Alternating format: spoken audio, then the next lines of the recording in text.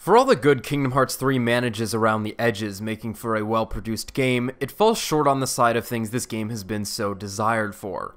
It's not the huge shift in focus or grand culmination it should have been considering the series' worth of setup and progression up to this point.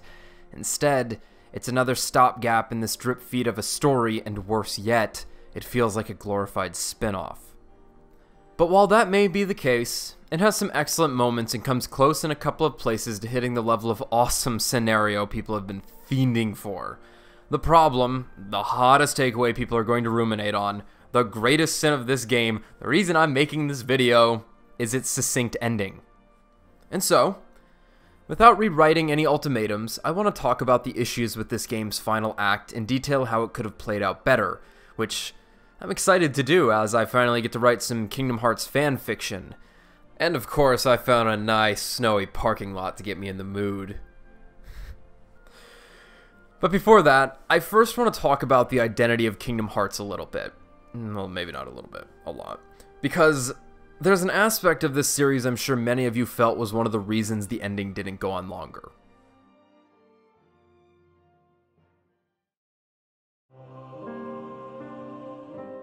So unfortunately, Kingdom Hearts 3 is very much a Kingdom Hearts game when it comes to story structure. 3 has a bit more going on than the rest of the series, to be sure, but it still harbors the same principal issues as its predecessors. The story is still front and back loaded, with the crossover content being effectively filler, as the ultimatums of each world mean little to nothing to the overall plot. And so, instead of reducing the middle content or reworking it into a different structure, maybe like, 0.2, the weird premonition product, to 3, they decided to just make more of what they always have, but finally make it good. Which, I do have a hard time faulting this, as it's a hugely defining aspect of the series that's been abysmal to acceptable, to which now I'd call it the most notable shift this game makes. It's the thing I want to praise the game for the most, especially since it does take a step in the right direction, looking more at the original content, synthesizing and translating the world's story and themes into motivation for the antagonistic presence. This is excellent, even if some potential threats do go unanswered. But this level of original content focus is damn close to what I'm looking for, especially with how this is done in the Pixar worlds, as they don't just retell a story, but now with Sora as Rapunzel's boyfriend and hot evil pink-hair pocket sandman stirring up some trouble. And even while that description is hilarious and the kind of weird I love, in a game coveted to be an ultimatum, this content can't help but feel superfluous, and that the ending suffers because of the production time spent on these worlds.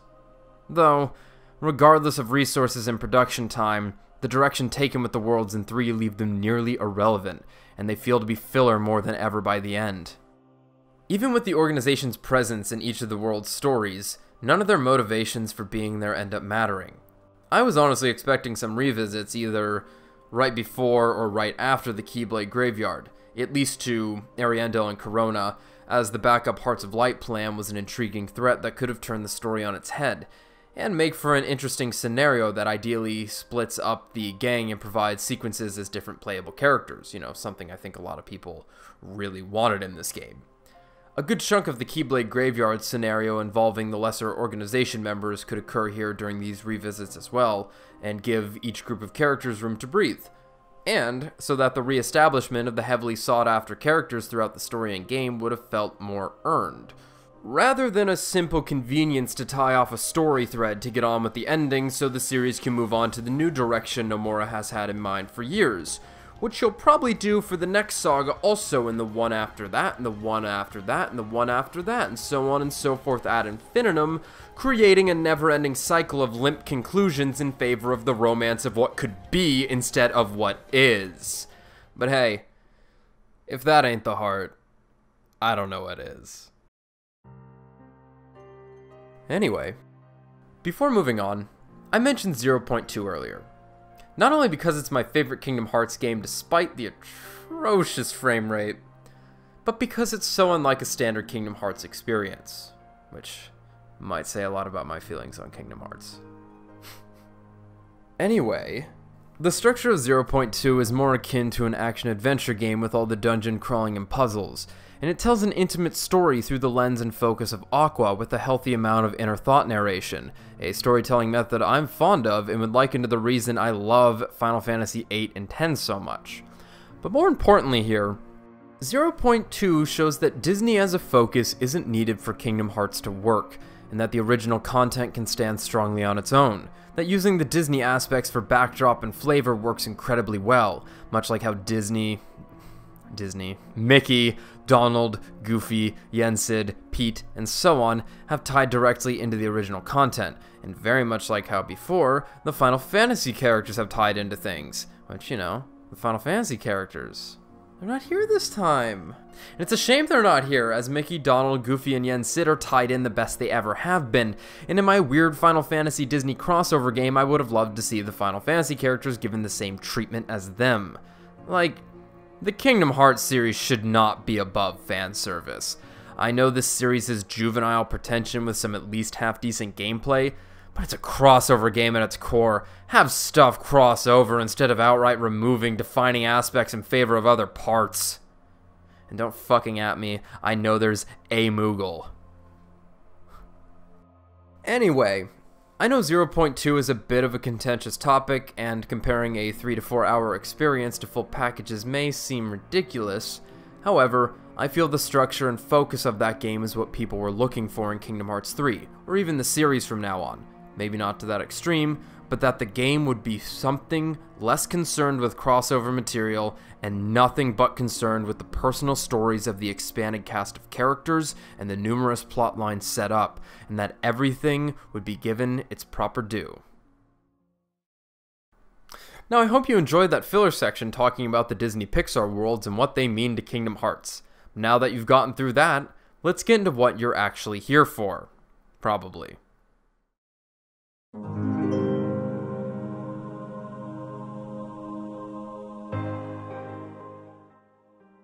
Ultimately, the final act of Kingdom Hearts 3 is good, and it gets done what it needs to.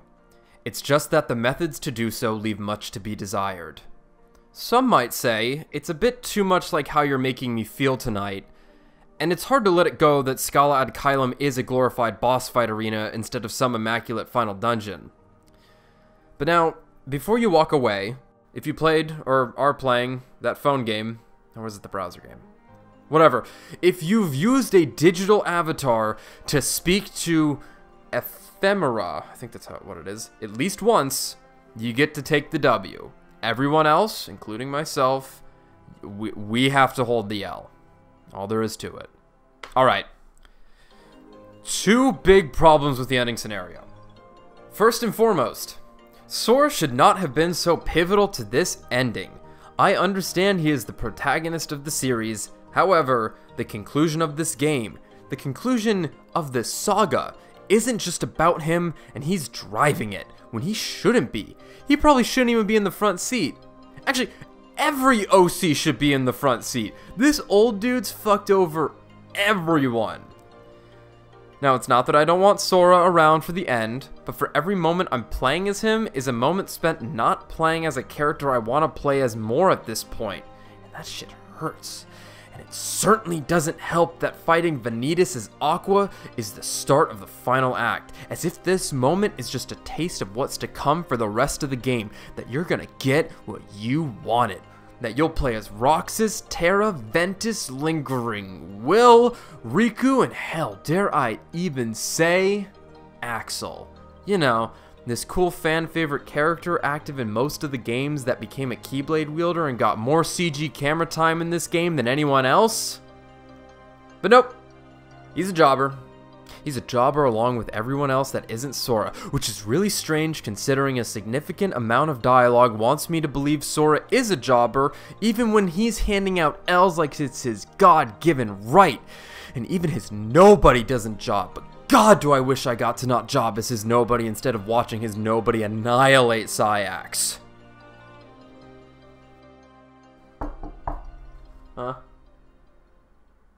What about Kairi? We'd all like to know what about Kairi. I'm sure even the developers want to know what about Kairi.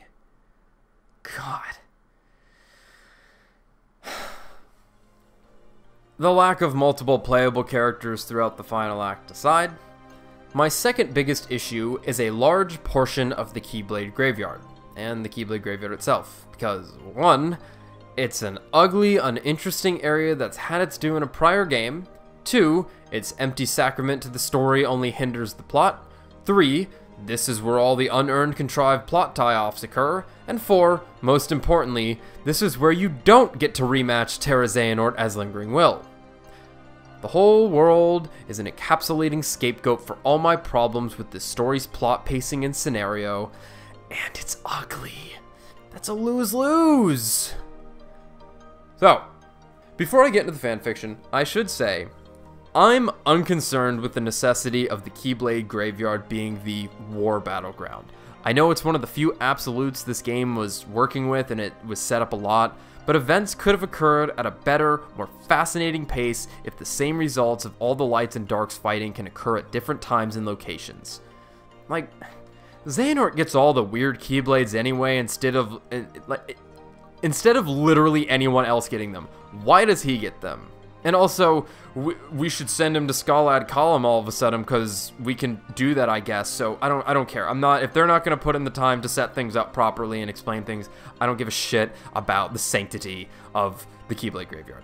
Okay, I'm not going to get into all the nitty gritty, so use your imagination as I go down this list of sequences.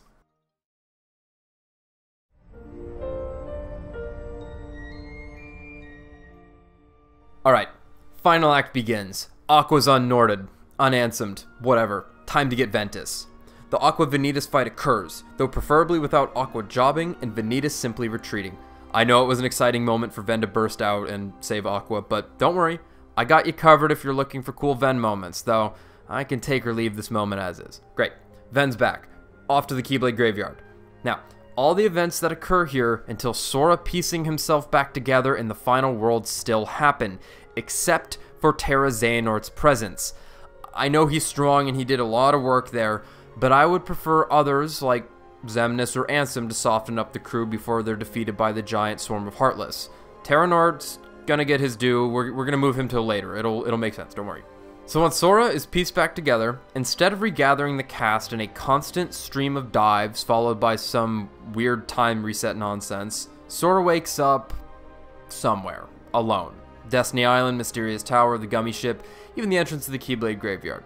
Doesn't matter, he's alone now. And now that he is alone, he is going to revisit some, if not all, of the previous worlds to regather his fallen friends using the power of waking while there, and then also dealing with some organization members causing trouble again now that the initial lights failed the entrance exam. Meaning, time for backup plans. You know, those threats made earlier. So in a loose order, here's how I imagine this going down. Ventus, Aqua, Riku, and Mickey can be saved in any order.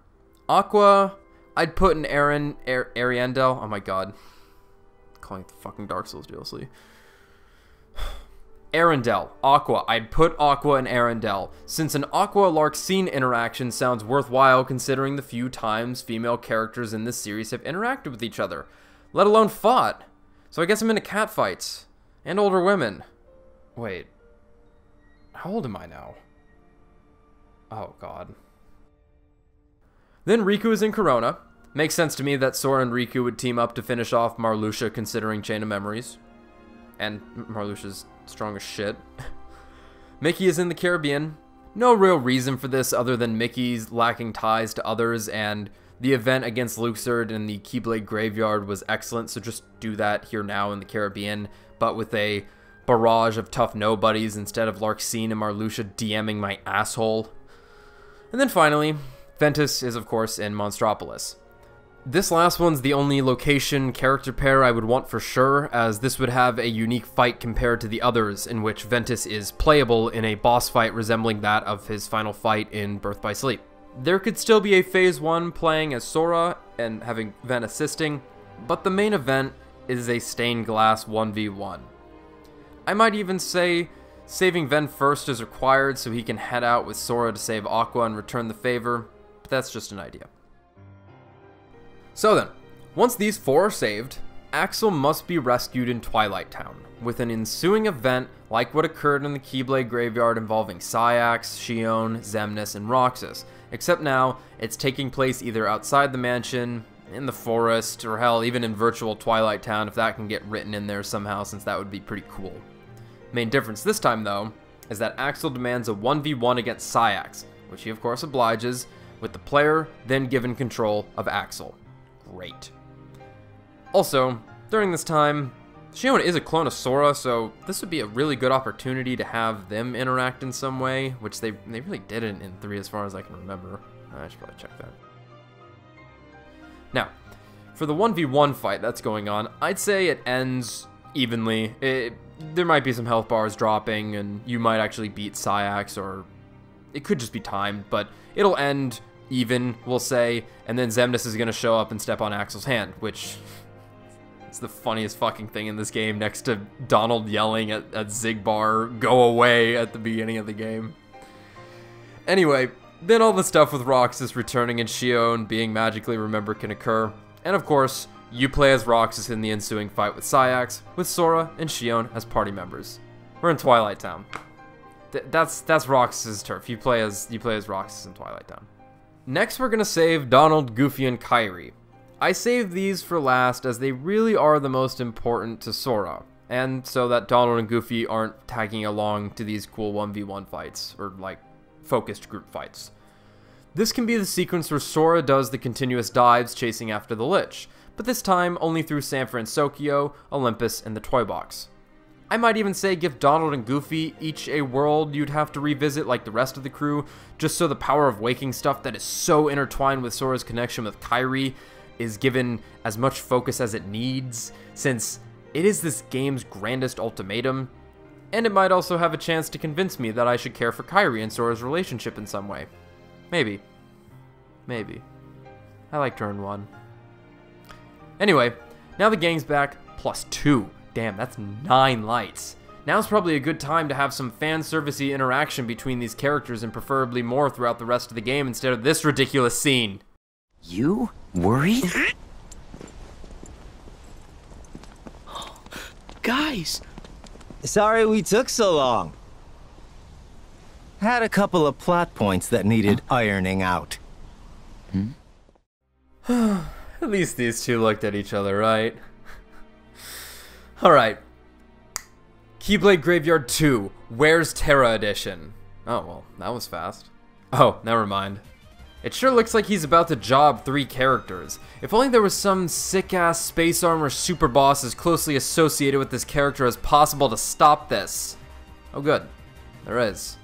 Now let me play as him in a rematch instead of just flying away with Terranort to get assimilated off screen, presumably. Thank you. I would say this fight isn't a winnable or losable fight, but one that's simply timed before the huge swarm of Heartless shows up, which then Lingering Will and Terranort fuck off for the time being. So then the Demon Tide fight plays out the same, a la Nier Automata. God, it's even a shmup. Amazing. Then Yen Sid shows up, does his cool shit, Donald and Goofy stay behind, and into the labyrinth to deal with the rest of the organization, or at least some of them. The split path scenario still occurs here, but a bit differently of course. The math ends up a bit uneven here, so splitting up these characters can be done however is desired. Well, like I said, use your imagination.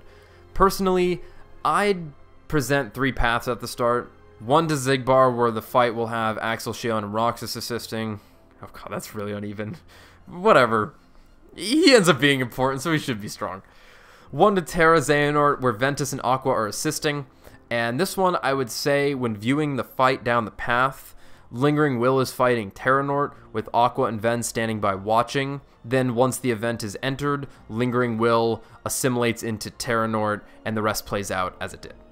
Great.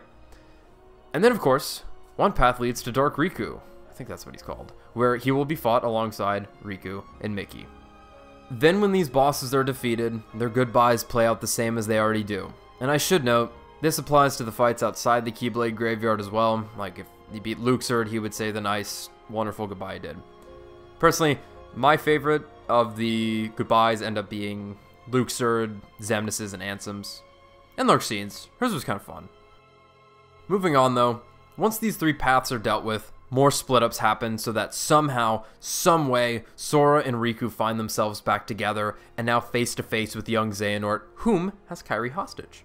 But once he's defeated, Kairi is saved. Now it's time to fight Ansem and Xehanort, with Sora, Riku, and Kairi as the party. That's right, the three main characters of Kingdom Hearts fighting the two prior antagonists. Wow!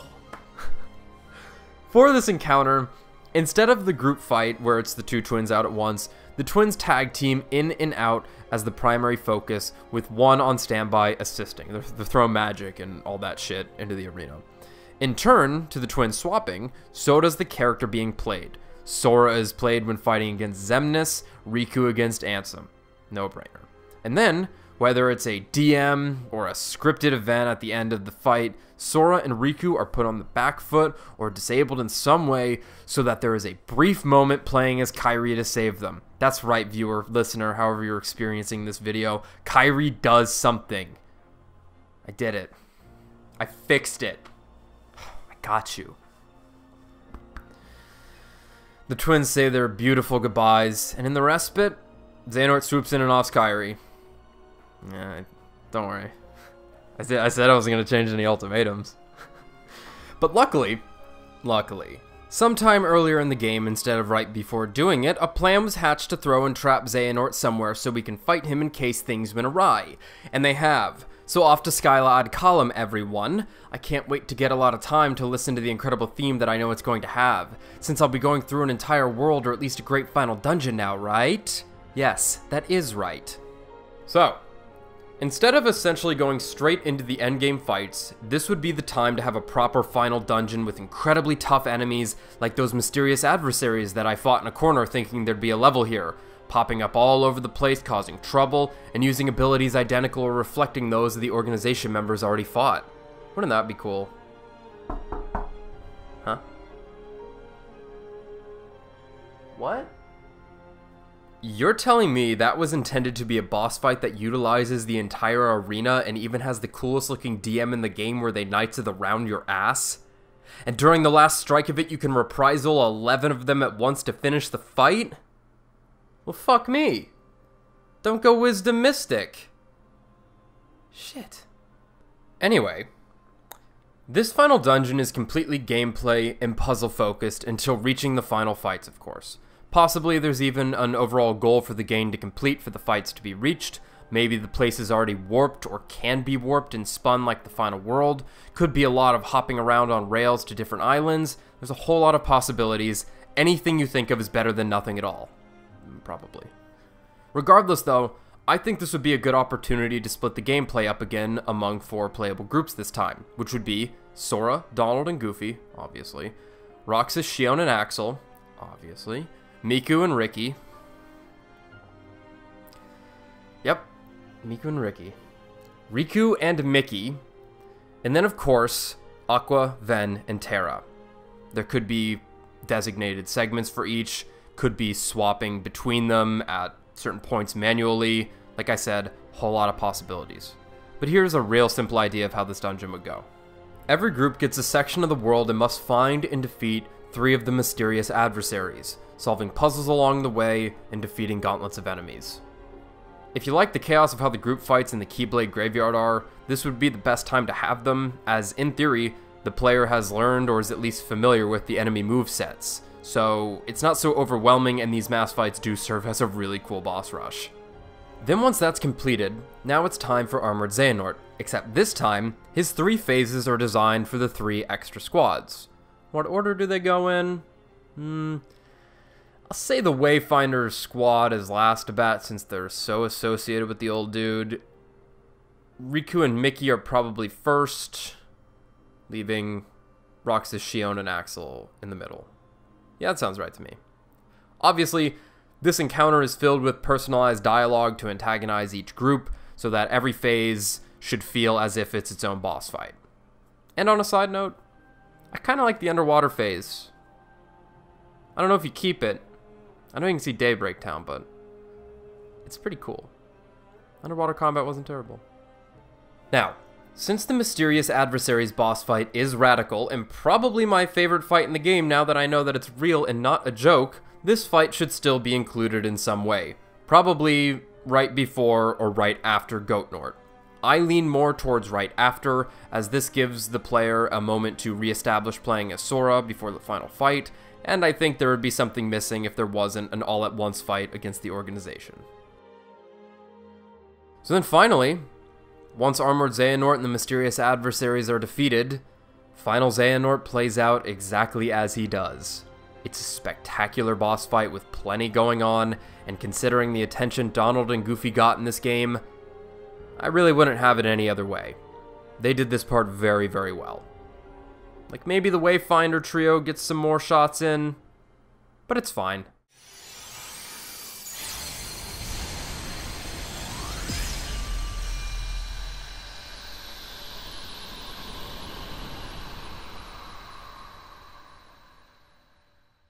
And then the game ends, and you get to see Revolver Ocelot appear in a Kingdom Hearts game, and then Kingdom Hearts appear in a Final Fantasy game. Really went full circle there, huh? But there you have it. My first Kingdom Hearts fanfiction. Maybe my first fanfiction ever. Oh, that can't be right. Could it? Whatever. I think I'm going to call this one... I have a good name for this. Check this out. I'm going to call it Kingdom Hearts 3 Final Mix. Not bad, right?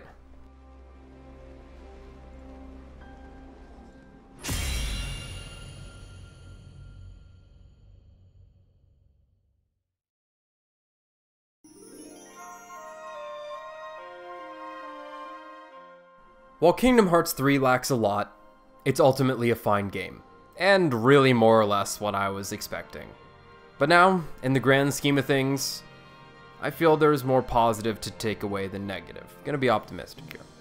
The series can now move on. It doesn't have to worry about a bunch of little threads. It can start from mostly zero.